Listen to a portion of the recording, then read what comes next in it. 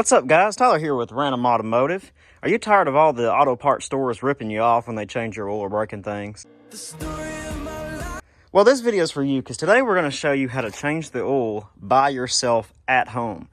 Today I'm doing this on a 2004 Jeep Wrangler, but the process is going to be pretty similar for most of your vehicles, even cars. They're kind of the same. There's a few differences and we'll kind of go over those.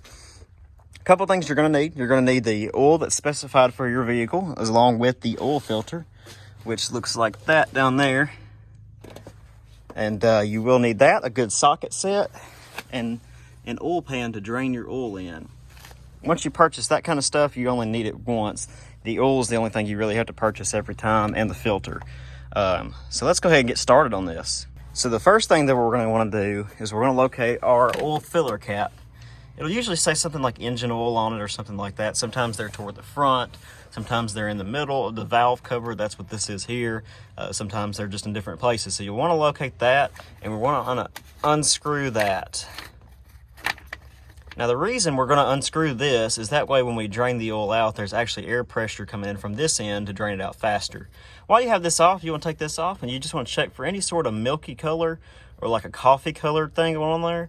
If you see anything like that on the oil cap itself, that's cognizant of possibly a bad head gasket or something else going on where coolant's mixing in with your oil. Definitely a bad sign. So if you have that, you might want to take your vehicle to get it serviced. So now that we have that off and out of the way, we want to get our socket set, and we want to locate the oil plug, or the oil drain plug, I should say, that's underneath your vehicle. This is where the oil is going to come out for the most part. Your filter is going to get rid of a little bit of it too.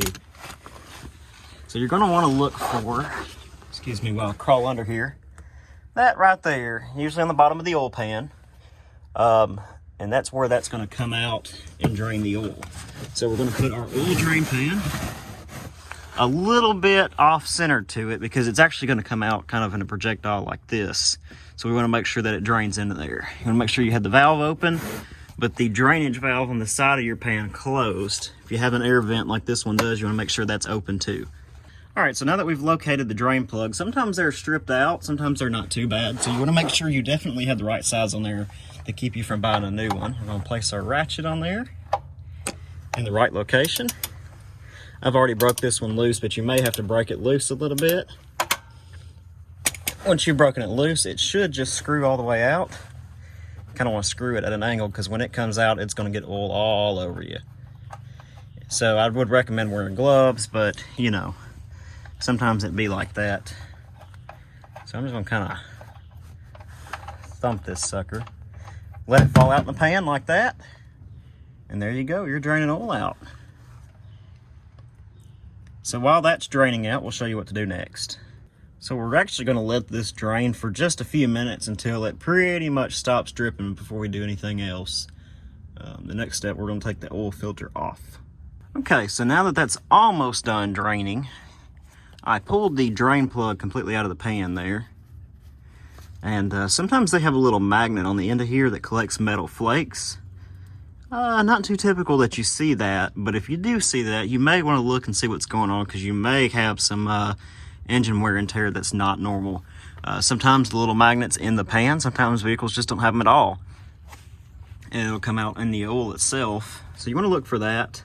We're going to kind of clean this plug off just with a shop towel or paper towel or something. That way it's nice and clean when we put it back on. And we're going to try to clean that up a little bit too once it gets done completely draining. That way we can kind of take for oil leaks and make sure we put our plug back in the right way.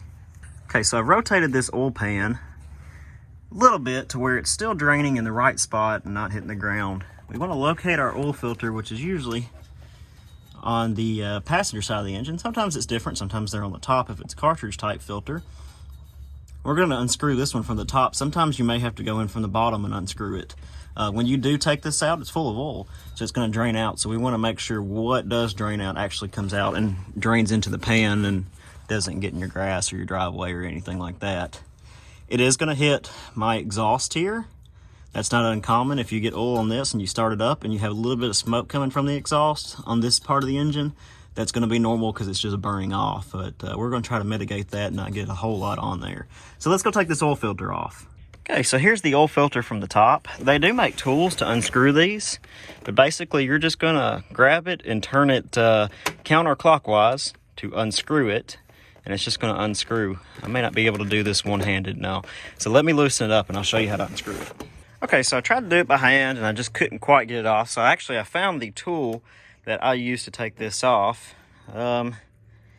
It is a cap filler wrench, part number 54107. I don't know how many years old that is or if they even sell it, but it basically attaches to a ratchet and has the, it's basically just a very large socket.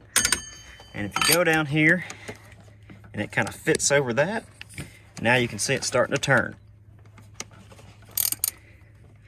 So it looks like we're centered over that. So now that it's loosened up, we can pull this out. You can see and hear the oil starting to come out, and it's falling there, so let's let that drain out. Okay, so with the filter out, top still off, next order of business is we're going to go underneath here and we're going to put the drain plug back in. So you can see it's still dripping a little bit. It's been draining for like 40 minutes now, so it's probably as good as it's gonna get. Don't have to quite drain that long, but make sure the threads line up and don't drop it on the ground or wherever the heck I just dropped it. So much for cleaning it off, so let's try that again. So with the filter out, you can see there's actually oil on that, so we're gonna leave that pan there for a minute. Most of the oil's out, it's still dripping a little bit, but that's okay. They don't usually drain every single bit out. We're gonna go ahead and replace the drain plug back in there. Make sure it threads up nice and evenly. And we're gonna screw it in by hand until we can't anymore. Okay, so now we're gonna tighten it down with a ratchet. This ratchet's a little overkill, but it sure does make life easy. We're gonna kind of give it one good push to where it's sealed nicely and doesn't turn anymore, but we don't want to put it in too tight and strip it out. If you replace your drain filler cap thing here, or your drain plug, I'll think of the word here in a minute, they may have a little seal on there. You're gonna make sure you put that seal in between the two. So let's go ahead and put the new filter in next. Okay, so here's the new filter. It's a CarQuest flavor. I actually have some old oil. This is not the oil I'm putting in. It's actually a whole different flavor. But what you want to do is you want to stick your finger down in the oil and coat your finger in it. Then we're going to take it and rub it around this black seal till it's completely coated. So what this does is when you put the oil filter back on, as you know, the engine gets pretty hot and this seal will like to come off and stick.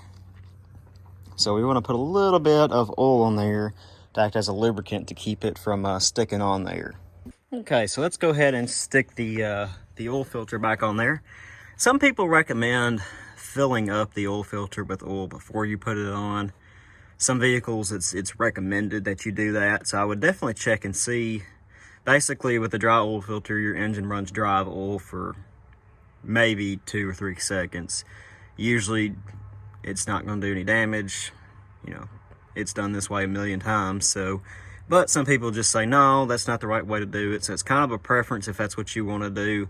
But I will say I've changed many oils and never had that issue. So we're just going to find the screw cap of the oil filter, which is in the middle, and it screws on this that tap right there. Get that lined up, which is kind of hard to do one-handed. But there we go. And we're just going to screw the oil filter on. And you want to screw it pretty tight till it stops turning, so we know it makes a good seal.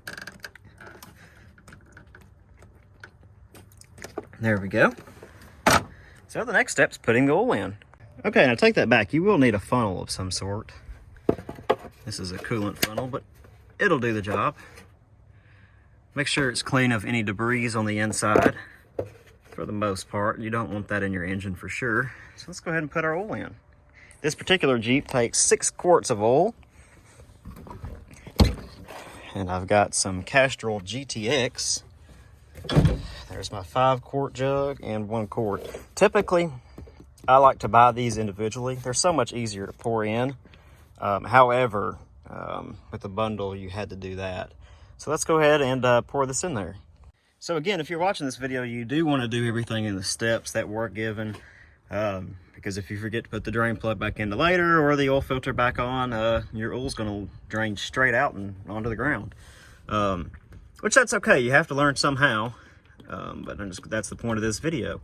Nobody's perfect, and I mean, I had to be taught how to change my oil from somebody, and you do too. So we're just gonna put the 6 quarts of oil in real quick.